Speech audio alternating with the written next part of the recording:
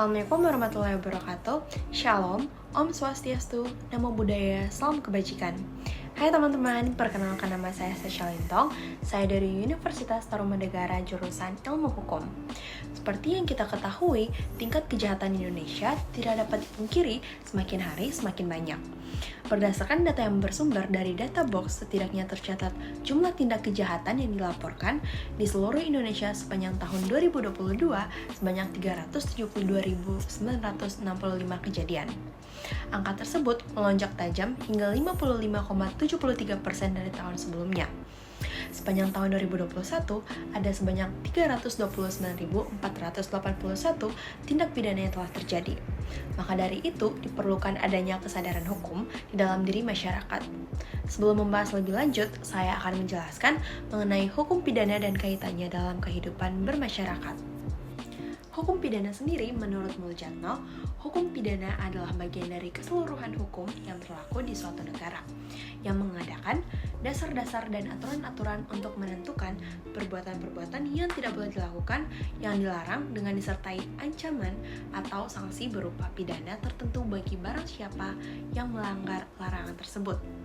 Tujuan hukum pidana sendiri yaitu terbagi atas klasik dan modern. Tujuan utama hukum pidana klasik yaitu melindungi anggota masyarakat dari tindakan yang sewenang-wenang. Tujuan utama hukum pidana modern yaitu untuk melindungi masyarakat dari kejahatan. Berdasarkan pasal 1 KUHP, yang pertama yaitu tiada suatu perbuatan dapat dipidana kecuali berdasarkan kekuatan ketentuan perundang-undangan pidana yang telah ada sebelumnya. Yang kedua, jika ada perubahan dalam perundang-undangan sesudah perbuatan dilakukan, maka terhadap terdakwa diterapkan ketentuan yang paling menguntungkan. Kaitannya dalam kehidupan bermasyarakat, keberlakuan hukum sangat dibutuhkan karena pada zaman sekarang ini terdapat beberapa dinamika dalam masyarakat dan berkembangnya suatu tindak pidana. Dalam masyarakat juga memang membutuhkan hukum untuk mengatur tingkah laku dan perbuatan individu manusia agar tidak mengganggu orang lain. Apabila ada seseorang melakukan perbuatan yang mengganggu orang lain, maka dapat disebut dengan tindak pidana. Hukum sangat dibutuhkan dan berguna bagi setiap orang karena dengan adanya hukum maka terciptanya keadilan, keamanan, dan ketertiban dalam lingkungan bermasyarakat dan bernegara. Keberlakuan hukum bagi suatu instansi atau badan yang paling utama adalah menjadi pedoman dan batasan dalam bertindak. Our first mission is to understand the term. Criminology is the scientific study of crime, criminal behavior, and the social factors that contribute to it. It's like putting together a puzzle to understand why some people commit crimes while others do not. Criminologists are the detectives of the social world, investigating the whys behind criminal actions. Criminology origins. Criminology's roots go back to the 19th century when scholars started asking questions about crime and its causes. Early criminologists like Cesare Lombroso believed that certain physical traits could identify potential criminals. However, as the field evolved, researchers realized that factors like environment, upbringing, and societal influences played a much more significant role. Cause of crime and biological factors. Crime doesn't happen in a vacuum. It's influenced by a complex web of factors. Let's explore some of these key contributors to criminal behavior. Some studies suggest that genetics and brain chemistry might make some individuals more prone to criminal behavior. However, it's essential to remember that biology is just one piece of the puzzle. First factor, social environment. Growing up in poverty-stricken or crime-prone neighborhoods can increase the likelihood of criminal involvement. Limited access to education, employment opportunities, and positive role models can contribute to a cycle of crime. Second factor, psychological factors. Mental health plays a role too. Certain psychological conditions might push individuals toward criminal actions. But again, it's crucial to note that the vast majority of people with mental health challenges are not criminals. Third factor, social learning. Ever heard the phrase, "You are who you hang out with"? Well, it holds true for criminals too. People can learn criminal behavior through their social networks and interactions. This is known as social learning theory. Fourth factor, the criminal justice system and law enforcement. Once a crime occurs, the criminal justice system comes into play. It's like a giant machine working to prevent and respond to criminal activity. Law enforcement agencies are the frontline defenders against crime. They investigate crimes, gather evidence, and work to apprehend suspects. Fifth factor, legal processes and corrections. Courts ensure that justice is served. Judges and lawyers play critical roles in deciding guilt or innocence based on evidence and legal arguments. For those found guilty, corrections come into play. Prisons, probation, and rehabilitation programs aim to punish and reform criminals, reducing their likelihood of reoffending. Sixth factor, cybercrime. Imagine a world where criminals can steal without ever leaving their homes, where anonymity reigns supreme, and digital tools are their weapons of choice. Cybercrime takes many forms. There's phishing, where scammers deceive individuals into revealing personal information. Then there's ransomware, where criminals lock down systems and demand payment to release them. Online fraud, identity theft, and even cyberbullying are all part of this dark landscape.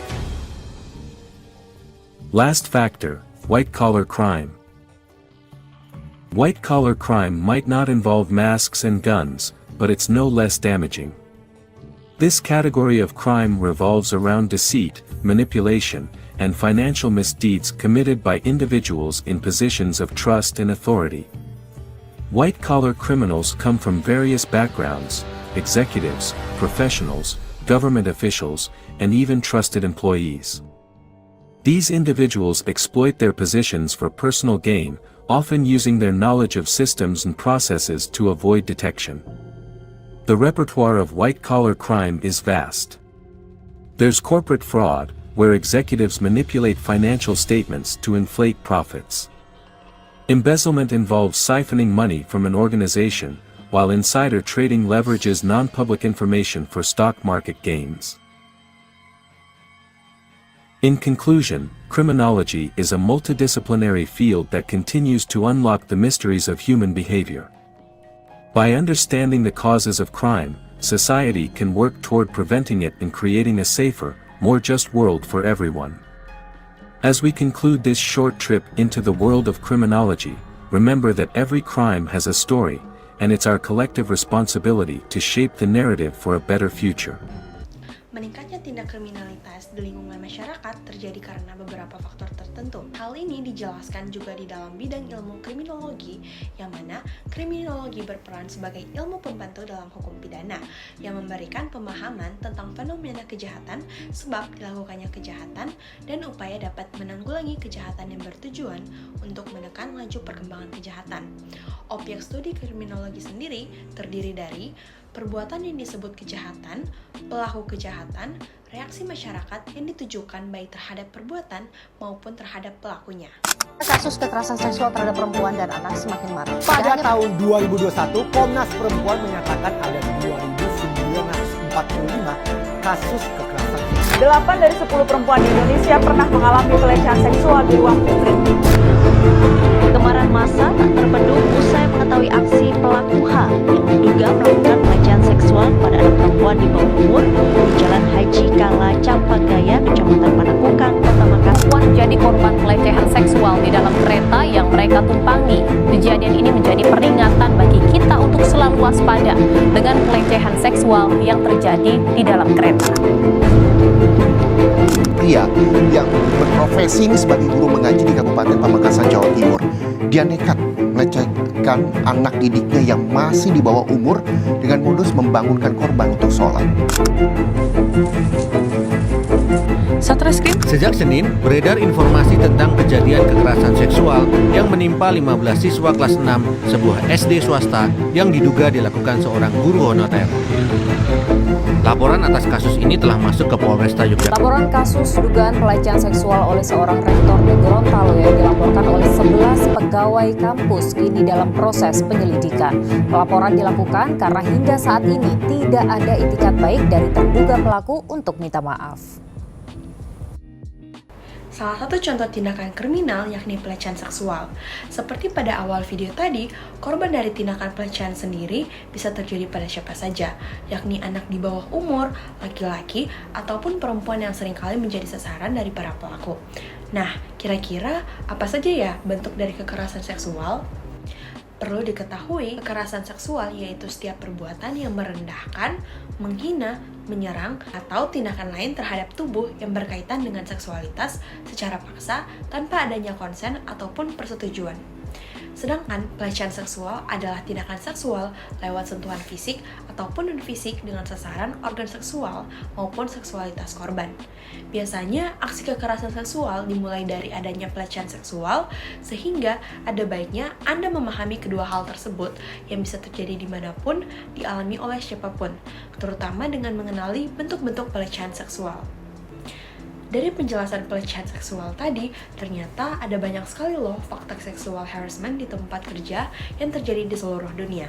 Tentunya dalam berbagai bentuk perilaku seksual harassment, dari banyaknya bentuk tersebut, ayo kita kenali 3 kategori seksual harassment, yakni yang pertama yaitu fisik. Physical alias fisik, maka bentuk perilaku seksual harassment yang satu ini berkaitan dengan sentuhan fisik. Pelaku tanpa segan bakal menyentuh korban secara fisik, entah di bagian rambut, tangan, kaki, ataupun pinggul.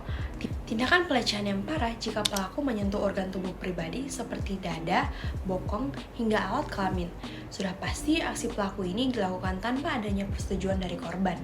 Perempuan adalah korban terbanyak yang sering mengalami pelecehan seksual jenis fisik ini, sehingga membuat korbannya mengalami trauma dalam waktu yang lama. Yang kedua yaitu verbal. Kategori pelecehan seksual verbal ini sering Anda temukan dalam berbagai kasus pelecehan seksual di media sosial. Misalnya saja pada postingan selebritis yang tengah berada di tepi pantai dan mengenakan bikini. Lalu mendadak ada netizen yang menuliskan komentar bernada yang seksual. 3 yaitu kategori terakhir, yakni non-verbal. Biasanya, aksi seksual harassment yang sering kali terjadi adalah memberikan siulan. Contohnya seperti Anda sedang lewat di sekelompok laki-laki, lalu mereka memberikan siulan hingga lirik-lirik dengan tatapan bernafsu. Bahkan jika sudah dalam kategori nekat, pelaku sampai berani mengirimkan konten porno. Sanksi tindak pidana pelecehan seksual secara fisik menurut Pasal 6 Undang-Undang Nomor 12 Tahun 2022 adalah penjara paling lama 4 tahun atau 12 tahun dan denda paling banyak yaitu 50 juta atau 300 juta ribu rupiah. Selain itu, terdapat juga Pasal 292 KUHP yang mengatur tentang pelecehan seksual dengan ancaman kekerasan. Pasal ini menyatakan bahwa setiap orang yang dengan ancaman kekerasan memaksa orang lain melakukan perbuatan cabul diancam dengan pidana paling lama 9 tahun. Terdapat juga pasal 289 KUH pidana yang mengatur tentang pelecehan seksual terhadap anak di bawah umur. Pasal ini menyatakan bahwa setiap orang yang melakukan perbuatan cabul terhadap anak di bawah umur diancam dengan pidana paling lama 7 tahun. Penanganan ataupun pencegahan kekerasan seksual sendiri bisa dilakukan dengan yang pertama yaitu pendampingan berupa konseling, bantuan hukum, advokasi, layanan kesehatan, bimbingan sosial, dan rohani. Yang kedua yaitu perlindungan berupa jaminan keberlanjutan, penyediaan rumah, korban ataupun saksi bebas dari ancaman berkaitan dengan kesaksian yang diberikan. Yang ketiga yaitu pengenaan sanksi administratif yang ringan, sedang, ataupun berat dan tidak mengesampingkan peraturan lain. Yang keempat yaitu pemulihan korban dengan melibatkan psikolog, tenaga medis, ataupun pemuka agama. Selanjutnya, organisasi pendamping korban dan tidak mengurangi hak pembelajaran ataupun kepegawaian. Nah, setelah penjelasan materi mengenai hukum pidana dan kriminologi, dapat diharapkan teman-teman dapat mencegah ataupun menghindari tindak kejahatan yang akan terjadi di lingkungan sekitar kita. Semoga video ini bermanfaat untuk kita semua.